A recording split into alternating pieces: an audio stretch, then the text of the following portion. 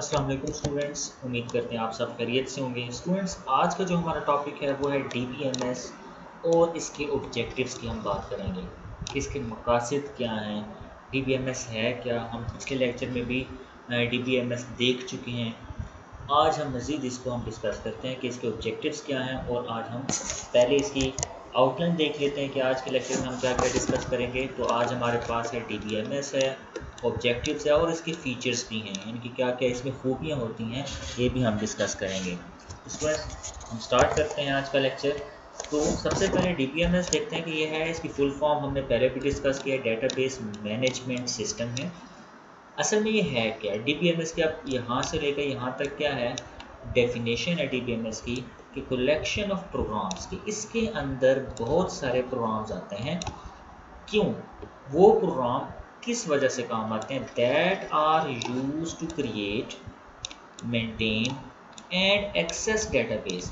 कि जो डेटाबेस आपने डिज़ाइन किया है, जो डेटाबेस बनाया है, उसको क्रिएट करने के लिए, यानी कि डेटाबेस शुरू करने के लिए, बिल्कुल ज़ीरो से स्टार्ट करने के लिए वो सॉफ्टवेयर इस्तेमाल होते हैं, वो प्रोग्राम इस्तेमाल होते हैं।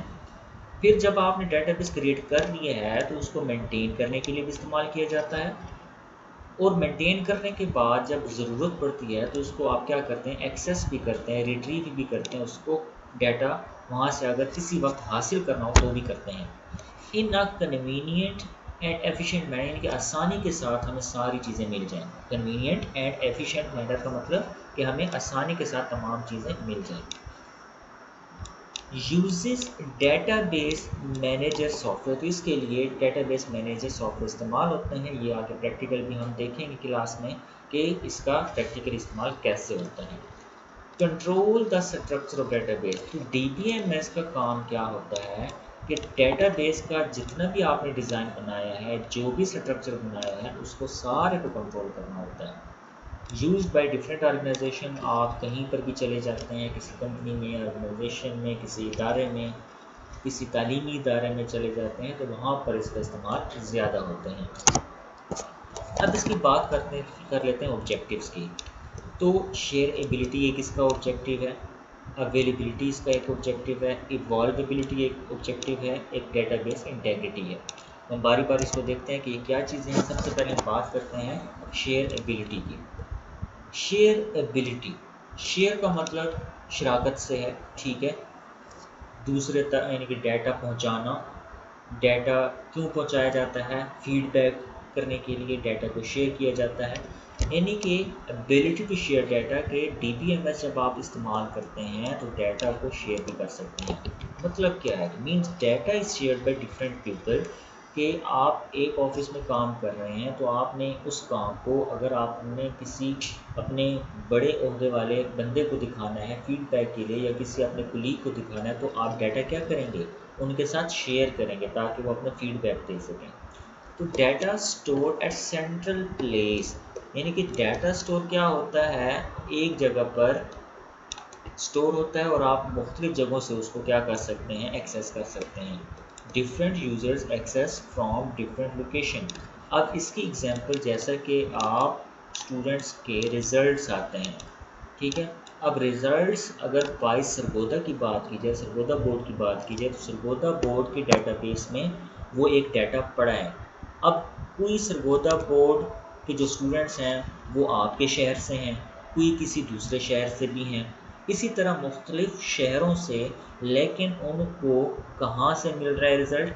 एक सेंट्रल प्लेस से, सरगोदा बोर्ड के उस डेटाबेस से मिल रहे हैं। इनकी लोकेशन एक ही है और उस लोकेशन पर मुख्तलिफ लोग जो हैं, वो मुख्तलिफ स्टूडेंट जो हैं, वो अपना डाटा देख सकते हैं, अपना रिज़ल्ट देख सकते हैं। इसको कहते हैं शेयर बिल्डिंग के। डाटा क्या हो रहा है? शेयर हो रहा है।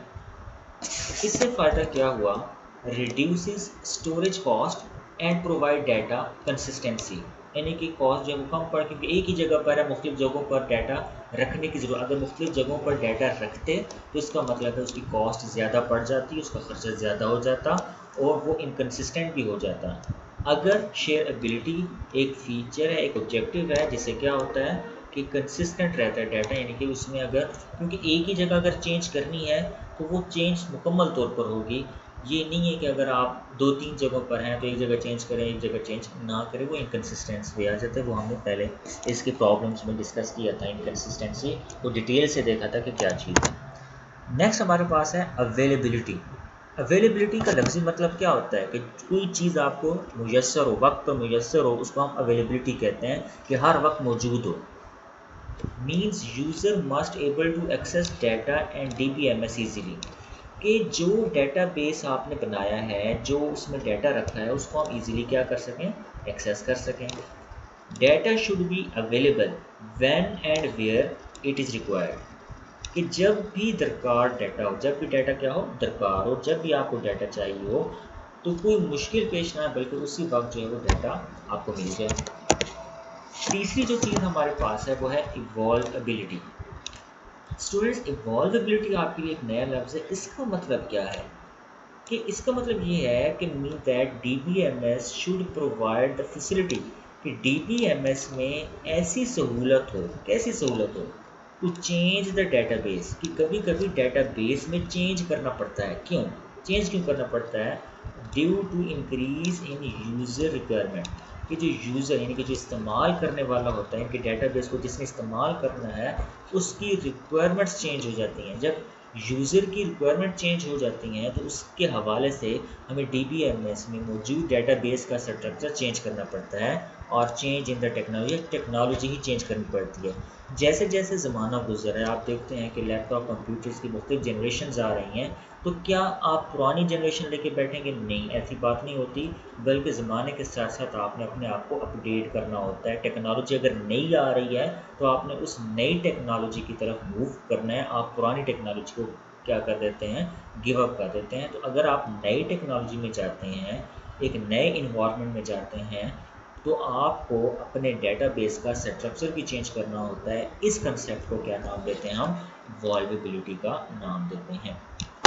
चेंज में be occur in two ways. अब चेंज दो तरीक़ों से हो सकता है, या तो कंटेंट्स की सूरत में हो सकता है, यानी कि उसमें जो मटेरियल है वो चेंज कर दें, यानी कि कोई डाटा जो है वो हमने ऐड करना है, हमने कॉलम्स ऐड करने हैं, हमने डाटा को रिमूव करना है, ये कंटेंट्स की चेंजिंग कहते हैं इसको।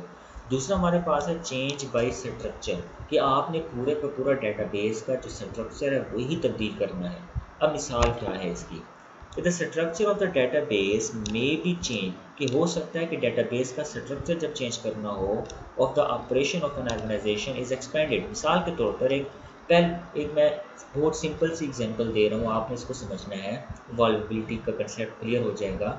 कि एक छोटी सी दुकान आपने ओपन की है, साल 2 साल आपने देखा कि इस दुकान में यानी कि तरक्की हो रही है, तो आपने उस दुकान को लाजमी बात है एक्सपेंड करना है, अपनी चीज़ों अपने प्रोडक्ट्स को बढ़ाना है। इसी तरह एक ऑर्गेनाइजेशन है, तो शुरू में उसने स्टार्ट यानी कि छोटी चीज़ से लिया, आगे जाके उसने अपनी ऑर्गेनाइजेशन को अगर एक्सपेंड करना है, तो लाजिम बात है उस लिहाज से उसने डाटा बेस भी चेंज करना है। इस कंसेप्ट को हम कहते हैं इवॉल्वेबिलिटी। फिर आ जाते हैं features of DBMS। Class features of DBMS में हम इसको नेक्स्ट लेक्चर पे ले जाते हैं। अगर हम ये डिस्कस करने पे आ जाएंगे, ये आज का लेक्चर लेंथी हो जाएगा, तो आज का लेक्चर हम यहीं पर एंड करते हैं वॉल्बिलिटी तक। उम्मीद करते हैं आगे आपको ये लेक्चर अच्छे से समझ आ गया होगा। नेक्स्ट जो हम फीचर्स पढ़ेंगे वो नेक्स्ट लेक्चर में डिस्कस कर लेंगे। यहाँ तक अगर आपको कोई इशू होता है, कोई प्रॉब्लम होता है, तो आप मुझसे डायरेक्टली कॉन्टैक्ट कर सकते हैं। Thank you so much. अल्लाह हाफिज़।